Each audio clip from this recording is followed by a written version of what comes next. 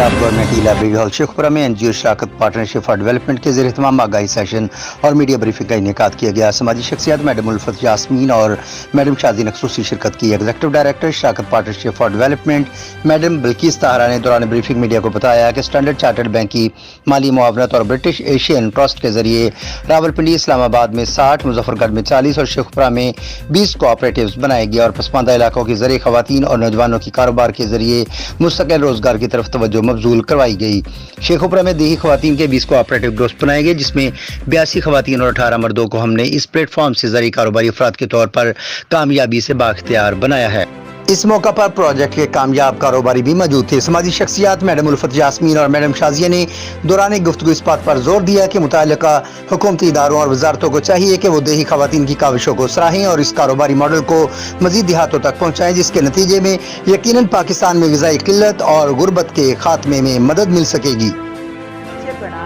शराकत का इसमें मकसद है वो ये है कि एक तो औरतों का रोज़गार बेहतर हो,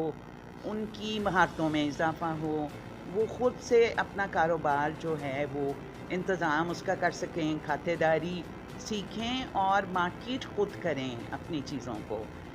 और तीसरा जो है वो साथ साथ ये भी होता है, हमने देखा है कि जब ख़वातीन मुसलसल कुछ देर काम करती रहती हैं उनकी खुद एतमादी बढ़ जाती है, उनको बातचीत करना, मसलों को हल करना,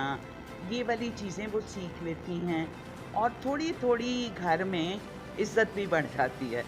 अपने कैमरामैन टीम के साथ Sheikh Mohammad Tayyab, G5 news HD Sheikhupura.